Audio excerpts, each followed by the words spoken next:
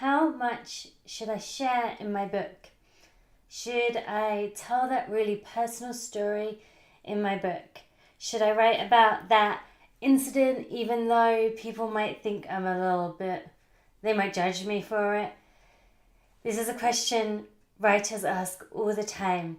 With whatever kind of nonfiction you're writing, whether it's a memoir, self-help, or a big idea book, we know that readers connect best when you share personal stories, when you tell your message through your own story. But sometimes as writers, we get scared of sharing too much. We worry that a certain story will make people think that we are some really crappy thing. And I had a client ask me about this recently. So I want to share with you my thoughts on it. I thought about the example from a book called Blink, The Power of Thinking Without Thinking. It's by the super duper best-selling author Malcolm Gladwell. Great writer. And it's all about how our instinct works. So it examines how we make gut decisions in the blink of an eye, and why sometimes those decisions are better than if we'd hummed and hawed for years about the same thing, and other times our intuition just royally screws up. So when we look at Gladwell's book, on the face of it, it looks like he doesn't tell his own stories. He talks about other people. So he tells us about a psychologist who can accurately predict which married couples will get divorced 15 years later after just listening to them for a few minutes. It's crazy stuff. He introduces us to these antiquities experts who can tell a fake just from looking at it for a few seconds. And he tells us the harrowing story of Amadou Diallo and the 4 police officers who shot him after he pulled out a wallet. Stories, great stories. And when you slow down and really look at them, though, you discover that actually they're about his experience of learning about the psychologist's work or the shooting or whatever it is he's sharing. In one chapter, he tells us about a researcher who is examining racial discrimination. And this researcher developed a computer program to test people's unconscious racial biases. So Gladwell shares with us that he took the test himself, and it determined that he connects African Americans with negative associations. Shit, right? He took the test again and again and got the same results, even though he's half African American himself. It's crazy stuff. This story doesn't make him look great, frankly. But he goes on to explain that the impact our culture has on our unconscious perceptions of different races.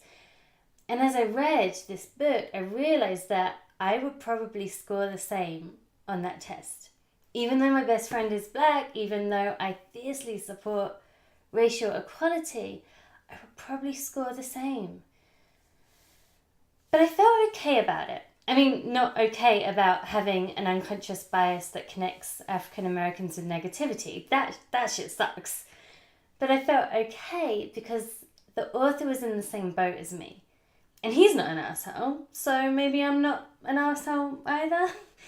His story there of him going through the experience served a purpose. It was the first book I've read of his, but by this chapter, we were a little ways in, I liked the guy. I thought he seemed pretty decent. He seemed nice, he seemed intelligent. I thought he was probably a good guy. So when I heard his experience taking this test, it told me that good people are still subject to cultural influences.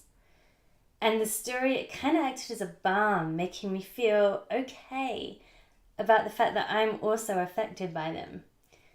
So Gladwell was right there, sharing his experience with me, making me feel a bit better, making me feel kind of forgiven for being affected by all the racist shit that society throws at us. So my question for you is, does your story, the one that you're nervous to share, does it serve a purpose? Like his did. If your story serves a purpose, I really think you should share it. And even, maybe especially, if it's scary. But how do you know if a particular moment, a particular anecdote serves a purpose in your book? Okay, so I've got some questions for you to ask to help figuring this out. And if any of these statements ring true, I think you're onto a winner. So think about this. Does this story help the reader to trust, respect, or like me? Or does it demonstrate that other people trust, respect, or like me? Does it convince the reader that I have personal experience with their situation? That's what Gladwell did with that story. Does this story show that I've done my research? That's also what Gladwell did with that story. Does this story confront the questions the reader might have at this point in the book? If the answers to any of those questions are yes, then yeah, it probably serves a story, a purpose in your story. If you still feel intimidated about sharing it, which you might, try writing it down anyway. You don't have to commit to including it in the final book, but putting it in the draft will let you scope it out. It'll let you see how it feels once it's on the page. And I suspect that when you see it there in black and white, you'll see how powerful the story is.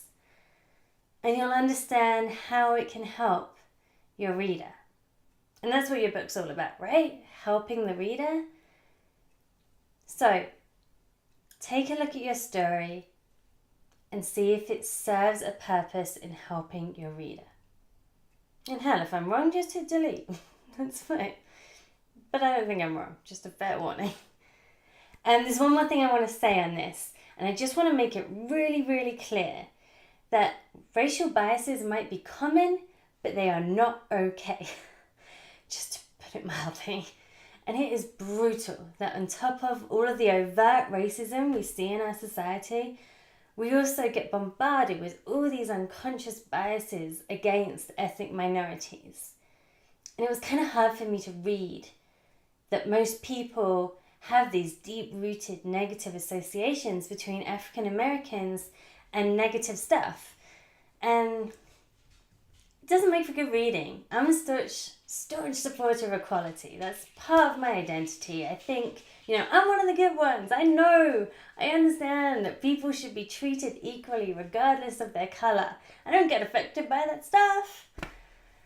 But goddammit, society has spent decades just throwing these subtle stories at me about what it means to be a certain race. And I get affected by that, and so does everybody else. And it blows. But I'm glad I know now. I'm glad that I read this and that it brought my awareness up. Because when we're aware, we can tackle the problem. So one of the lessons from the book, Blink, is that we can train our intuition to overcome prejudices and to tune into the more relevant stuff, like body language and tiny changes in facial expressions. And we can learn to look past colour and go with our gut on all the other aspects that help us decide whether to trust a person, if they're a danger to us, when they're lying or when they're being sincere. So once we know that we're susceptible to an unconscious bias, we can overcome that. We can work against it to train ourselves to look past the colour. If you want to know more, Malcolm Gladwell obviously explains it way better than I do.